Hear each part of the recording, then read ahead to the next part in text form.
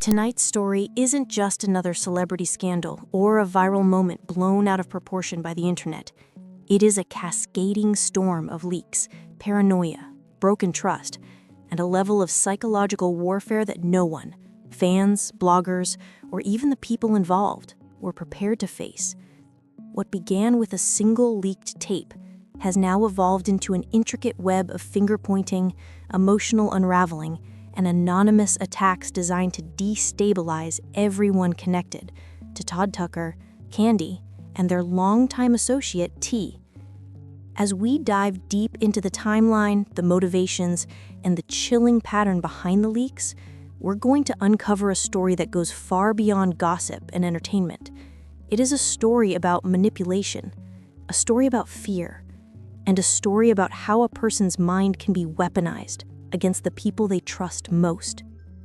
Let's break down the full sequence of events, exactly how Todd went from calm and collected to spiraling publicly in one of the most emotional and explosive moments fans have ever seen. Todd Tucker is not someone who snaps easily. He's known for keeping a level head even when drama swirls around him, and over the years he has managed countless storms without losing control in public. But on the night in question, Todd found himself facing something that cut deeper than criticism or rumor. It was a leaked tape involving Kandi, one that spread like wildfire across social media. At first, Todd attempted to maintain his composure, trying to downplay what he saw as just another manipulated internet stunt designed to generate buzz. But the more he watched the footage, the more something ominous began to settle inside him. While he sat alone in his home, replaying the tape again and again, the silence around him became suffocating. What began as curiosity turned into concern, which quickly transformed into a heavy, gnawing anxiety. He wasn't just examining the clip. He was dissecting it, looping tiny details, pausing on blurry shadows, scanning the background for anything he might have overlooked. Every time he thought he understood what he was seeing, doubt rose up again. The longer he stared at it, the more the footage seemed to distort, not digitally, but emotionally. It became something personal, something invasive, something that whispered betrayal even when nothing was explicitly visible. Then, Todd noticed a detail he swears wasn't there the first time. Something faint, something that didn't belong.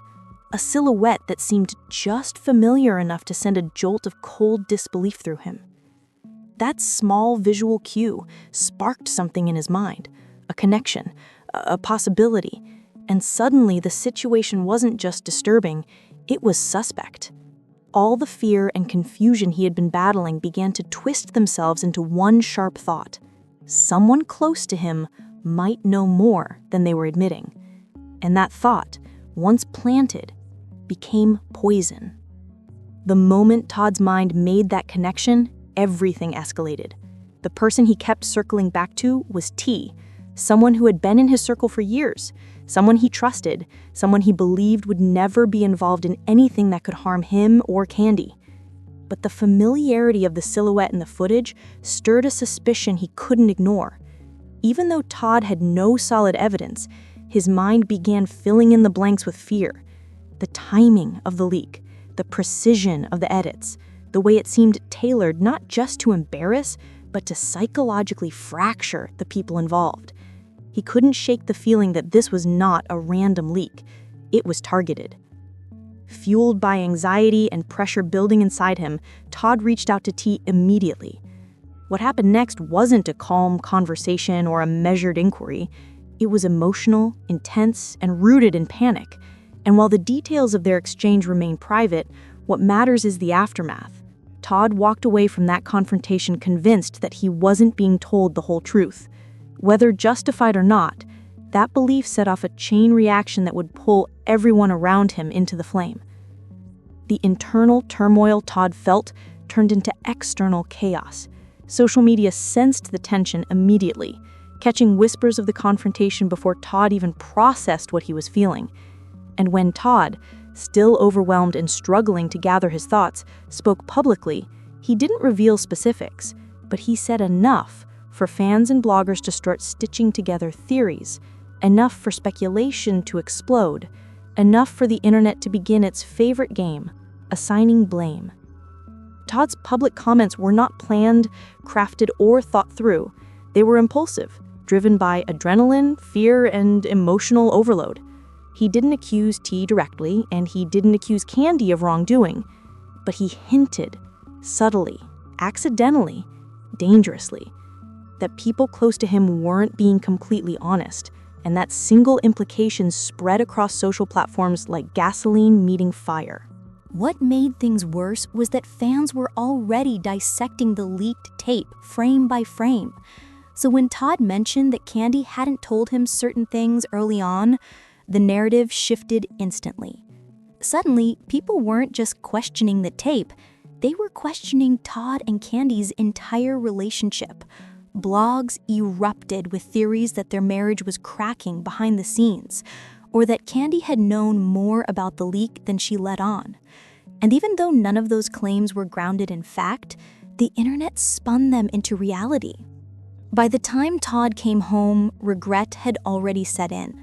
The atmosphere inside the house was icy, heavy, charged with a tension neither of them wanted, but both felt deeply. Kandi was hurt, not just by the leak itself, but by the implications of Todd's public statements. For her, it was not a matter of reputation, but a matter of trust. She had been dealing with her own emotional shock all day, only to learn that the person she needed support from was now publicly questioning her transparency. The silence between them that night wasn't empty.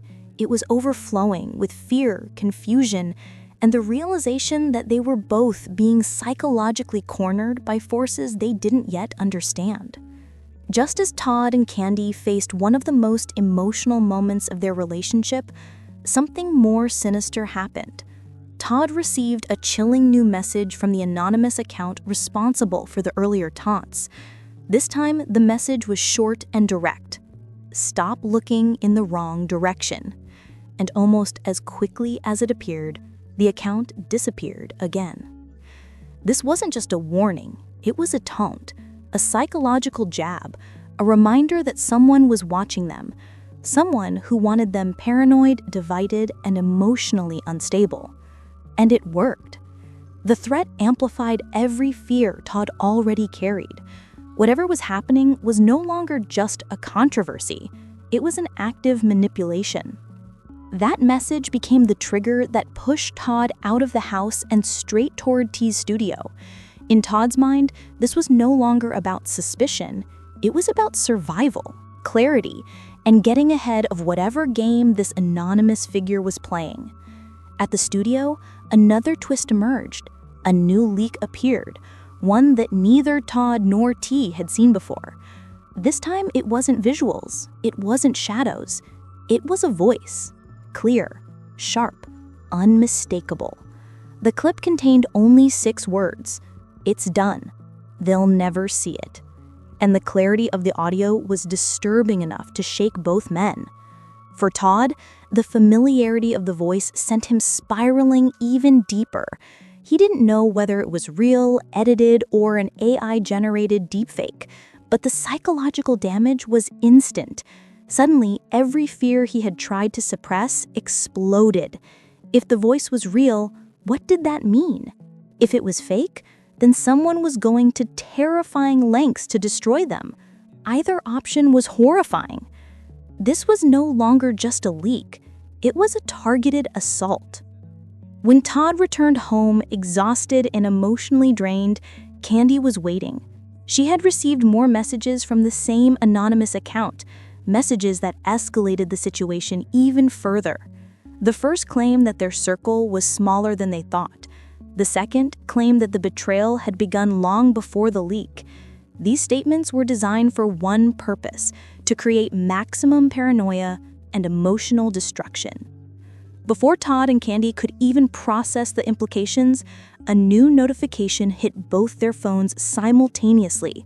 It was not a message, not a threat, not a warning. It was a video link with a timestamp, 2:13 a.m. tonight, and a countdown ticking beneath it. Whatever was coming next was not accidental. It was planned, crafted, timed, and meant to break them completely. And that is where tonight's story leaves us, not with answers, but with a storm of new questions. Someone is orchestrating a campaign designed to fracture relationships, destroy trust, and push Todd, Kandi, and T into emotional chaos. The pattern of the leaks, the precision of the timing, the psychological manipulation behind every message, this is not random. This is coordinated, calculated, intentional. But now I want to hear from you. Do you believe Todd is right to suspect someone close to him? Do you think T is holding back information? Or do you think this entire situation is an elaborate setup designed to pit friends against friends and partners against each other? Drop your theories in the comments below. Every detail matters. Every suspicion could be a clue. If you want the next part, the next chapter, the next leak, the next plot twist when that countdown hits 0, make sure to like this video, subscribe to the channel, and turn on notifications, because the moment the next leak drops, you're going to want to see it before the internet explodes. And trust me, this story is far from over.